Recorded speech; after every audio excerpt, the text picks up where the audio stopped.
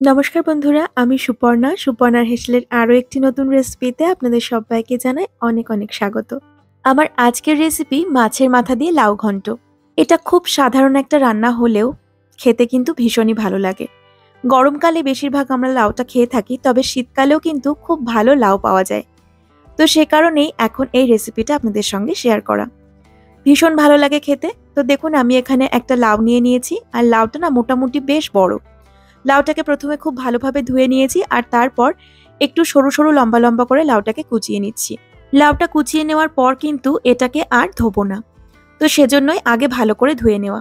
আর আমি যে লাউটা ব্যবহার করেছি এখানে, সেটার ওজন ছিল 1 কেজির থেকেও সামান্য একটু বেশি। আমি একটা টমেটো নিয়েছি, যেহেতু মাছের মাথা দেব তাই একটা টমেটো ব্যবহার করছি এই রান্নাতে। জানি সবাই জানেন এই রান্নাটা খুবই সহজ, তবে প্রত্যেকের রান্নার পদ্ধতি কিন্তু আলাদা আলাদা হয়। আমি যেভাবে এই রেসিপিটা বানিয়ে থাকি সেটাই আজ আপনাদের সঙ্গে শেয়ার করছি। একটা টমেটো নিয়েছি, টমেটোটাকে চৌকো চৌকো করে কেটে নিয়েছি। আর এবার মাছের মাথাটাকে ম্যারিনেট করে নিতে হবে।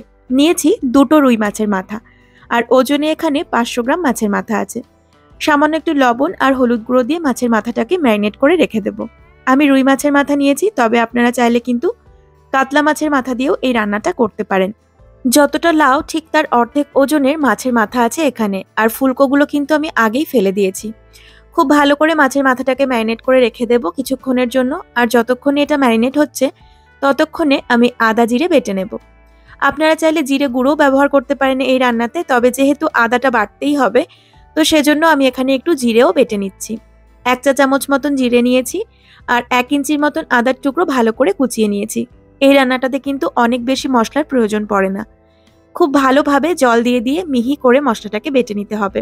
মশলা যত ভালোভাবে বাটা হবে রান্নার স্বাদ ততই ভালো আসবে। আর গুঁড়ো মশলার থেকে বাটা মশলার রান্নার স্বাদ সবসময় ভালো হয়, এটা কিন্তু আমরা প্রত্যেকেই জানি। তো দেখুন, মশলাটাকে আমি একদম মিহি করে বেটে নিয়েছি, আর এবার এটাকে একটা বাটিতে তুলে নিচ্ছি। এবার রান্নাটা করে নেব। তার জন্য একটা কড়াই গরম করে এর মধ্যে দিয়ে দিলাম আমি সর্ষের তেল। তেল কিন্তু অনেক বেশি ব্যবহার করিনি, মোটামুটি মাছের মাথাগুলো ভাজা যাবে এরকমই তেল নিয়েছি। যেহেতু কড়াইয়ের নিচেটা একটু ছড়ানো, তাই আপনাদের দেখে মনে হতে পারে যে এখানে অনেকটা তেল আছে, তবে সেটা কিন্তু নয়। লাউ রান্না করতে এমনিতেই অনেক বেশি তেলের প্রয়োজন পড়ে না, আর যেহেতু মাছের মাথা দিয়ে রান্না করা হচ্ছে তাই তেল কম দিলেও কিন্তু এই রান্নাটা ভালো লাগবে খেতে। মাছের মাথাটাকে খুব ভালো করে ভেজে নিতে হবে। আমি বেশ কিছুক্ষণ সময় ধরে মাথাটাকে উল্টে পাল্টে বেশ লাল লাল করে ভেজে নিয়েছি। কড়া করে কিন্তু অবশ্যই মাথাটাকে ভেজে নেবেন, না হলে আঁশটে গন্ধ লাগতে পারে। এবার ওই তেলের মধ্যেই দিয়ে দিলাম আমি 1/2 চা চামচের থেকে একটু বেশি গোটা জিরে আর দুটো শুকনো লঙ্কা। ফোড়নটা ভালোভাবে ভাজা হয়ে গেলে এর মধ্যে আমি টমেটোটাকে অ্যাড করে দিয়েছি।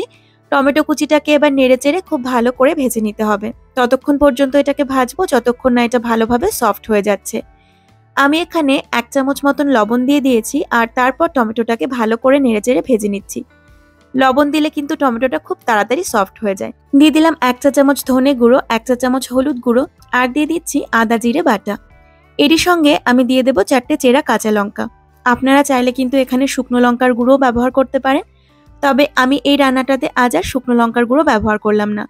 যতটুকু ঝালের প্রয়োজন সেটা কিন্তু এই ফোড়নে দেওয়া শুকনো লঙ্কা আর চেরা কাঁচা লঙ্কা থেকেই চলে আসবে। আপনারা আপনাদের স্বাদ অনুযায়ী ঝালটাকে এখানে অ্যাড করে দেবেন। খুব ভালো করে নেড়েচেড়ে গ্যাসের ফ্লেমটাকে লো টু মিডিয়ামে রেখে মশলাটাকে কষিয়ে নিতে হবে। মশলার বাটিটাতে সামান্য একটু আদা জিরে বাটা লেগেছিল, তো সে কারণে মশলার বাটি ধুয়ে খুব সামান্য জল আমি এখানে অ্যাড করেছি। তারপর আবারও খুব ভালো করে নেড়েচেড়ে মশলার জলটা শুকিয়ে আসা পর্যন্ত কষিয়ে নেব। আর মশলা থেকে তেল ছাড়তে শুরু করলে আগে থেকে কুচিয়ে রাখা লাউগুলোকে আমি এখানে দিয়ে দেব। মশলাটাকে কিন্তু অবশ্যই ভালোভাবে কষিয়ে নিতে হবে, তা না হলে রান্নার স্বাদ কিন্তু ভালো হবে না। তো দেখুন, এখানে কুচিয়ে রাখা লাউটাকে আমি দিয়ে দিয়েছি, আর এরই সঙ্গে আমি দিয়ে দেব স্বাদ মতো লবণ। টমেটোতে কিন্তু লবণ দিয়েছিলাম, সেটা মাথায় রেখে এখানে লবণ অ্যাড করতে হবে। খুব ভালোভাবে একবার মিশিয়ে নেব, আর তারপর এটাকে ঢাকা দিয়ে রান্না হতে দেব। এখন পরিমাণে লাউ অনেকটা মনে হলেও লাউয়ের জল গলে গিয়ে কিন্তু লাউটা অনেকটাই কমে আসবে। ঢাকা দিয়ে দিচ্ছি, আর এই রান্নাটাতে কিন্তু কোনো রকম জলের প্রয়োজন পড়বে না।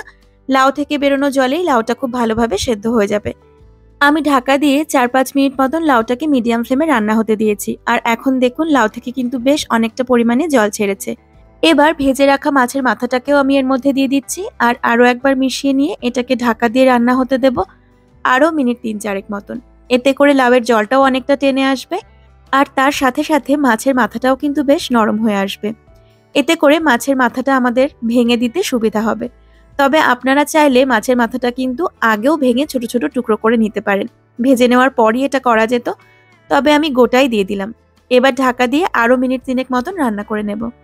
3 মিনিট এভাবে রান্না করে নিলে দেখা যাবে লাউয়ের জল আরও অনেকটা শুকিয়ে এসেছে, মাছের মাথাটাও কিন্তু নরম হয়ে গেছে। এবার আমি খুন্তির সাহায্যে মাছের মাথাটাকে খুব ভালো করে একটু ভেঙে দেব। এবার আর লাউ ঘন্টটাকে ঢাকা দিয়ে রান্না করতে হবে না। গ্যাসের ফ্লেমটাকে মিডিয়াম টু হাইতে রেখে ক্রমশ নেড়েচেড়ে এই লাউ ঘন্টটাকে রান্না করে নিতে হবে। ততক্ষণ পর্যন্ত এটাকে রান্না করব যতক্ষণ না লাউ ঘন্টের মধ্যে থাকা এক্সট্রা যে জলটা আছে সেটা ভালোভাবে শুকিয়ে যাচ্ছে। আমি এখানে খুব সামান্য একটু চিনি দিয়ে দিচ্ছি, এতে করে টেস্টটা খুব ভালো আসে। খুব সামান্য চিনি অ্যাড করলাম, আপনারা পছন্দ না করলে স্কিপ করে দেবেন। এবার খুব ভালো করে মিক্স করে এটাকে শুকনো শুকনো হয়ে আসা পর্যন্ত রান্না করে নেব। চাইলে কিন্তু নামানোর একটু আগে এই লাউ ঘন্টের মধ্যে একটু ধনেপাতা কুচিও অ্যাড করা যেতে পারে। আমার কাছে আর ছিল না, তাই আমি আর দিতে পারিনি। দেখুন এখানে লাউ ঘন্টটা কিন্তু আমাদের প্রায় রেডি হয়ে এসেছে। এর মধ্যে থাকা এক্সট্রা জলটা শুকিয়ে এসেছে। এবার আর একটুখানি এটাকে নেড়ে নিয়ে আমি পরিবেশন করে দেব। আমার আজকের রেসিপি যদি আপনাদের ভালো লেগে থাকে তাহলে অবশ্যই একটা লাইক করে দেবেন। আর চ্যানেলের নতুন বন্ধু হয়ে থাকলে চ্যানেলটি সাবস্ক্রাইব করে পাশে থাকবেন। আর আমি হাজির হয়ে যাব কাল নতুন আরেকটি রেসিপি নিয়ে। ভালো থাকবেন সকলে। ধন্যবাদ।